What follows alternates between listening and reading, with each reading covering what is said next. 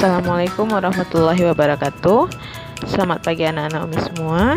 Baiklah, hari ini kita sambung materi prakarya kita, yaitu media pengantar teknologi informasi dan komunikasi. Nah, di dalam teknologi informasi dan komunikasi terdapat beberapa media pengantar, yaitu 1. Telepon dan ponsel, 2. Telepon pintar, 3. Modem, komputer, mini komputer, laptop, mini laptop, 4. Faksimil, 5.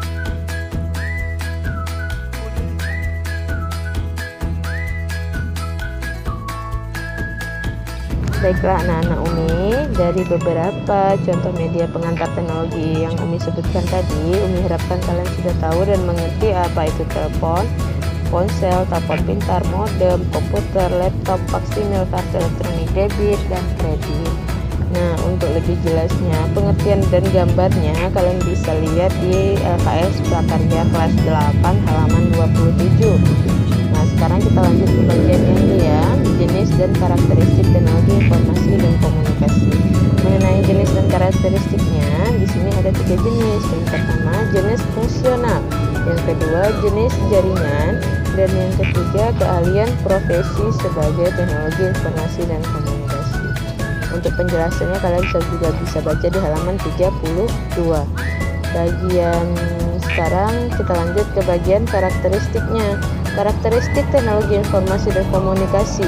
Nah, karakteristiknya di sini ada 2 ya, Nak, yaitu 1. Berbelanja dengan teknologi informasi dan komunikasi, dan yang kedua bekerja dengan teknologi informasi dan komunikasi.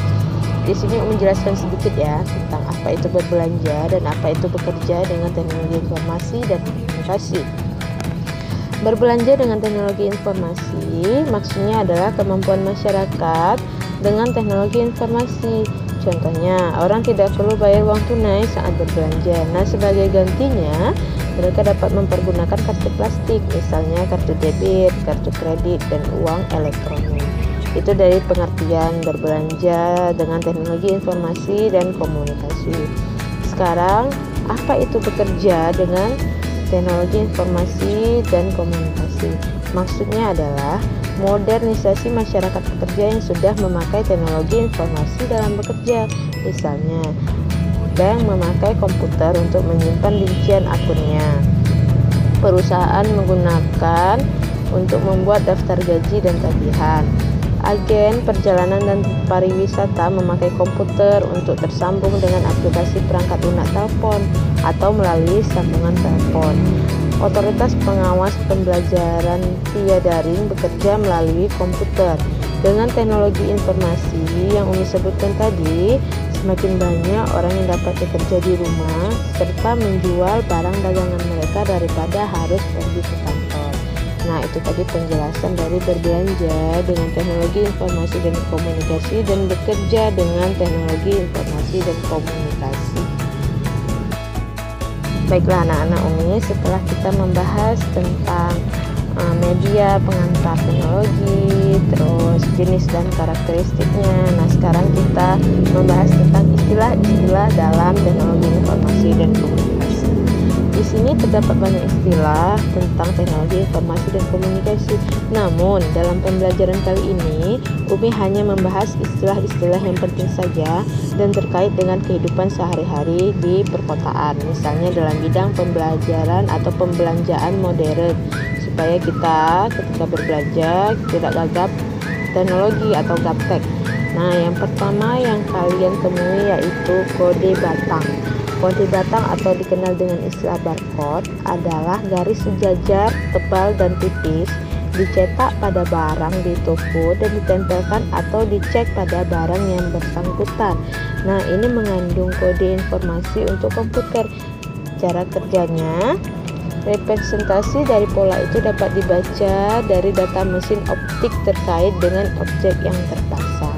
Nah, itu sering kalian jumpai di buku atau di barang-barang yang di belakangnya ada gambar kode batang. Nah, nanti untuk gambar dari kode batang ini kalian bisa baca di LKS kalian halaman 34. Nah, di situ ada gambarnya. Yang kedua, scanner laser. Scanner laser adalah sebuah mesin yang menggunakan memangkas sinar laser kecil ke atas sebuah kode batang satu dimensi. Nah, itu ada alatnya ya, di halaman 34 ada contoh gambarnya. Yang ketiga, anjungan tunai mandiri atau yang dikenal dengan ATM adalah mesin penghitung otomatis yang dapat membaca data pada sebuah kartu kredit atau kartu debit yang dimasukkan ke dalamnya. Nah, itu ada ATM udah kalian sudah mengenal ya apa itu ATM. Di situ juga ada gambarnya, kalian bisa lihat di LKS kalian. Yang keempat, electronic funds transfer at point sale. Nah, itu juga ada gambarnya. Itulah contoh-contoh atau istilah-istilah yang ada dalam bidang teknologi informasi dan komunikasi. Kalian harus baca lagi ya nak ya, di halaman 34 di situ sudah tertera gambar-gambarnya. Dan Umi rasa kalian sudah pernah melihat gambar-gambar ini, jadi sudah tidak asing lagi ya. Kalian cukup pahami apa itu pengertiannya dan apa itu fungsinya. Baiklah anak-anak Umi, sampai di sini dulu materi kita hari ini. Semoga apa yang Umi sampaikan bisa bermanfaat untuk kita semua.